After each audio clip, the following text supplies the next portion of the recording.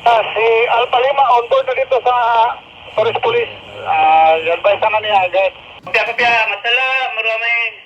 Naghahanap ba kayo ng quality at reasonable price na portable handheld radio? Ito ang maisasuggest ko. TYT UV98 handheld radio. Bakit? Alamin natin. Roll intro.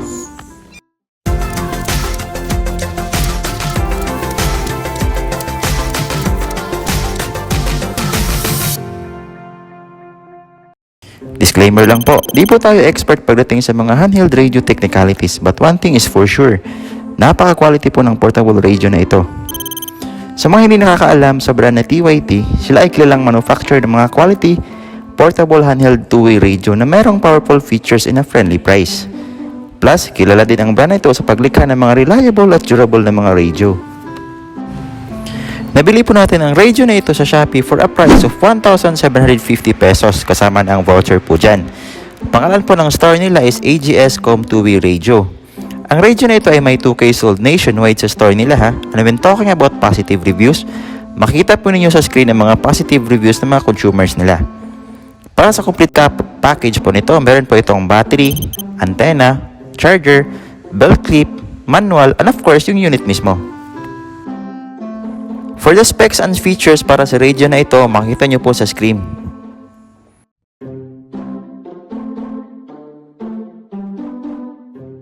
Para po sa mga noticeable specs ng radio na ito ay naka 2-way radio, dual band, dual standby. Meron itong battery capacity na 3,200 mAh, unscrambler na po ito. Meron itong output power na 10 wattage at legit na 10 wattage talaga. Based yan sa vlog ni Wendell TV. Meron itong 200 channel storage at ito ang maganda dito.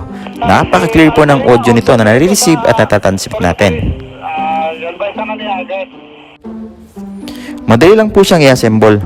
Una i-assemble po natin ang battery, then lock po natin. Yung lock ay nasa bandang ilalim.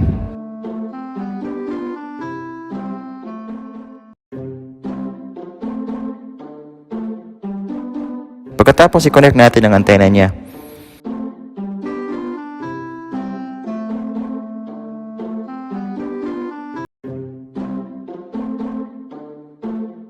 Pagkatapos, attach natin ang belt clip na nasa likod.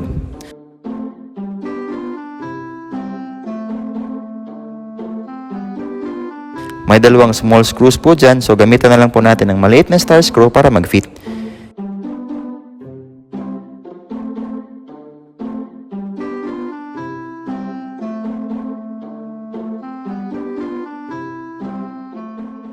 Then, switch on po natin yung radio through sa volume adjuster sa bandang kanan.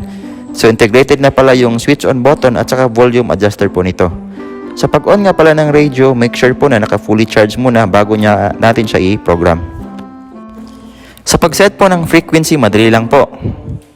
Yung naka-arrow, ito yung una natin na i-change na number. So, para ma-set yan, kailangan lang natin ulitin yung number. So, ang number na first channel, priority frequency natin is 424.200. So, ganun lang. Type lang 4, 2, 4, tapos 200. 0, 0. So, isi-set natin yan kung anong channel siya, ano. So, long press lang itong F.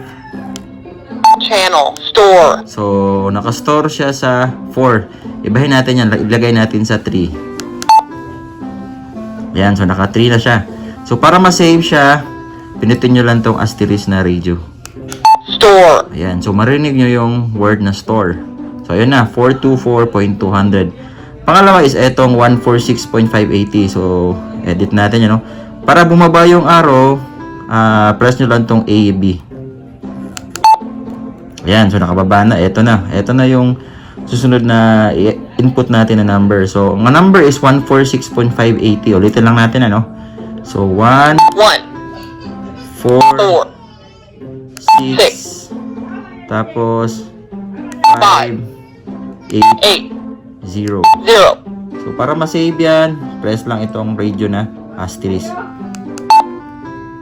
Ayan. So, by the way, naka-channel 4 siya na automatic siya na channel 4 kasi yung first is naka-channel 3 tapos yung pangalawa naka-channel 4. So, ayan. Naka-save na siya, no? Masala, marami. So, ito na nga yung naset natin na radio frequency. So, pwede na tayong makinig saka mag-monitor sa radio handheld radio dito sa ano natin, lugar natin, ano. So when talking about legit and trusted brand of portable handheld radio na two-way at a dual standby na, this is it, your best choice. This is Joe Mythology saying ride safe po sa ating lahat.